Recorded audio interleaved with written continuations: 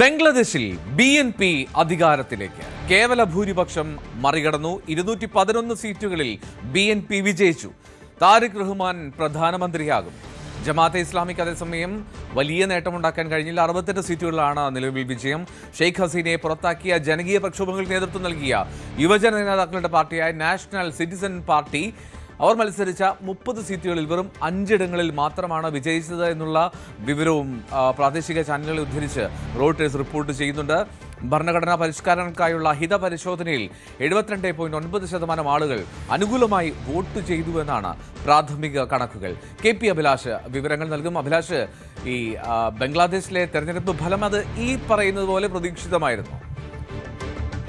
എൽദോ, പൊതുവിൽ നടന്നിട്ടുള്ള ഹിതപരിശോധന, ലോക രാഷ്ട്രങ്ങളുടെ നിരീക്ഷണം, പല ഏജൻസികളുടെയും റിപ്പോർട്ടുകൾ അത് ശരി എന്ന് പ്രതിഫലിപ്പിക്കുന്ന തരത്തിൽ തന്നെയുള്ള ഒരു തെരഞ്ഞെടുപ്പ് ഫലം തന്നെയാണ് ഇപ്പോൾ പുറത്തു വന്നിട്ടുള്ളത്.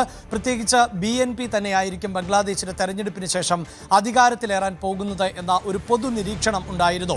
300 സീറ്റുകൾ ഉള്ള ബംഗ്ലാദേശിൽ 299 സീറ്റുകളിലേക്കാണ് വോട്ടെടുപ്പ് നടന്നത്. ഒരു സീറ്റിൽ സ്ഥാനാർത്ഥി മരണപ്പെട്ടതിനെ തുടർന്ന് തെരഞ്ഞെടുപ്പ് മാറ്റിവെച്ചിരിക്കുകയാണ്. അവിടെ വ്യക്തമായ ഭൂരിപക്ഷത്തോടു കൂടിയാണ് ഇപ്പോൾ ബംഗ്ലാദേശ് നാഷണലിസ്റ്റ് പാർട്ടി ഭരണം ഉറപ്പിക്കുന്നത്. ബംഗ്ലാദേശിലെ ഏറ്റവും വിശ്വസനീയമായ ടെലിവിഷൻ ചാനലായിട്ടുള്ള ജമുന റിപ്പോർട്ട് ചെയ്യുന്നത് അനുസരിച്ച് ഇപ്പോൾ 211 സീറ്റുകളിൽ BNP മുന്നിട്ട് നിൽക്കുന്നു എന്നതാണ് മനസ്സിലാക്കാൻ സാധിക്കുന്നത്. അതിൽ പല സീറ്റുകളിലും വിജയിക്കുകയും ചെയ്തു കഴിഞ്ഞിട്ടുണ്ട്. അതേസമയം പ്രധാന എതിരാളിയായിരുന്ന ജമാഅത്തെ ഇസ്ലാമി പാർട്ടിക്ക് ഏതാണ്ട് 78 സീറ്റുകളിൽ ആണ് മുന്നിട്ട് നിൽക്കാനും വിജയിക്കാനും സാധിച്ചിട്ടുള്ളത്. ഒപ്പം നാഷണൽ സിറ്റിസൺസ് പാർട്ടിക്ക് 5 സീറ്റുകളിൽ മാത്രമാണ് ഇപ്പോൾ വിജയിക്കാൻ സാധിച്ചിട്ടുള്ളത് എന്നതാണ്. എന്തായാലും BNPയുടെ അതിശക്തമായ ഒരു തിരിച്ചുവരവാണ് ഇപ്പോൾ ബംഗ്ലാദേശിൽ ഉണ്ടായിട്ടുള്ളത്. പ്രത്യേകിച്ച് ഖാലിദാസിയുടെ മരണത്തിന് ശേഷം BNPയെ നയിക്കുന്ന താരിഖ് റഹ്മാൻ ബംഗ്ലാദേശിന്റെ അടുത്ത പ്രധാനമന്ത്രിയാകും എന്നത് ഉറപ്പിക്കുകയാണ്. അതേസമയം അവാമി ലീഗ് ഈ തെരഞ്ഞെടുപ്പിൽ അവാമി ലീഗിനെ വിലക്കിയിരിക്കുന്ന സാഹചര്യം ആണ് ഉള്ളത്. ഈ തെരഞ്ഞെടുപ്പ് അസാധുവാക്കണമെന്നും വീണ്ടും തെരഞ്ഞെടുപ്പ് നടത്തണമെന്ന ആവശ്യം ആണ് അവാമി ലീഗ് മുന്നോട്ട് വയ്ക്കുന്നത്. ഷെയ്ഖ് ഹസീന നാടുകടത്തപ്പെട്ട പശ്ചാത്തലത്തിൽ കൂടിയാണ് ഇപ്പോൾ ഇത്തരത്തിൽ ഒരു ആവശ്യം അവാമി ലീഗ് മുന്നോട്ട് വയ്ക്കുന്നത്. 12.7 കോടി വോട്ടർമാർ ഉണ്ടായിരുന്ന ബംഗ്ലാദേശിൽ 69%, 60.69% പോളിംഗ് രേഖപ്പെടുത്തി എന്നതാണ് ഔദ്യോഗികമായ കണക്കുകൾ. ഇത് തെറ്റാണ് എന്നാണ് അവാമി ലീഗ് അവകാശപ്പെടുകയും ചെയ്യുന്നത്.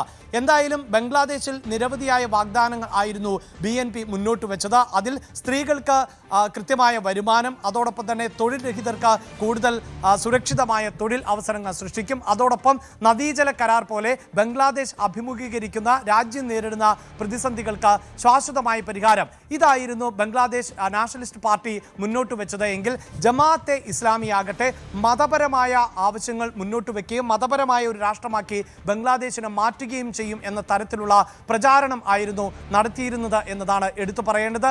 ആ പ്രചാരണങ്ങൾ അത്ര കണ്ട് വിജയിച്ചില്ല എന്ന് പറയുമ്പോൾ പോലും നേരത്തെ വിലക്കപ്പെട്ട ഒരു പാർട്ടിയായിരുന്നു ജമാഅത്തെ ഇസ്ലാമി എന്നതാണ് എടുത്തു പറയേണ്ടത്. 1971 ബംഗ്ലാദേശ് എന്ന രാജ്യം രൂപീകൃതമായത് മുതൽ ആ രാജ്യത്തിന്റെ സ്വാതന്ത്ര്യത്തെ പോലും ചോദ്യം ചെയ്തിരുന്ന ജമാഅത്തെ ഇസ്ലാമി, ജമാഅത്തെ ഇസ്ലാമി ആയിരുന്നു ബംഗ്ലാദേശിൽ നടന്നിട്ടുള്ള ജൻസി പ്രക്ഷോഭങ്ങൾക്ക് പിന്നിൽ പ്രവർത്തിച്ചത് എന്നതായിരുന്നു പൊതുവിൽ നിരീക്ഷിക്കപ്പെട്ടിരുന്നത്.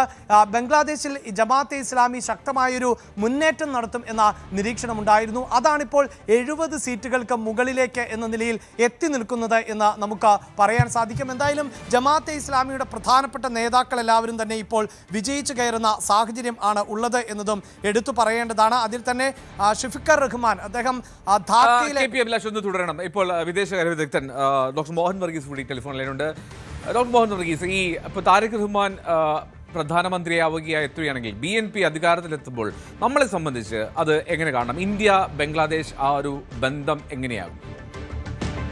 ഇന്ത്യ വിരുദ്ധതയിൽ അടിയുറച്ച ഒരു തെരഞ്ഞെടുപ്പ് പ്രചരണമാണ് ബംഗ്ലാദേശിൽ കണ്ടത്. അത് ബംഗ്ലാദേശ് നാഷണലിസ്റ്റ് പാർട്ടി ആണെങ്കിലും അതായത് ജമാഅത്തെ ഇസ്ലാമി ആണെങ്കിലും എല്ലാം തന്നെ ഇന്ത്യ വിരുദ്ധത പ്രചരണത്തിന്റെ ഒരു പ്രധാനപ്പെട്ട ഇനമായി അവർ ഉപയോഗിച്ചു.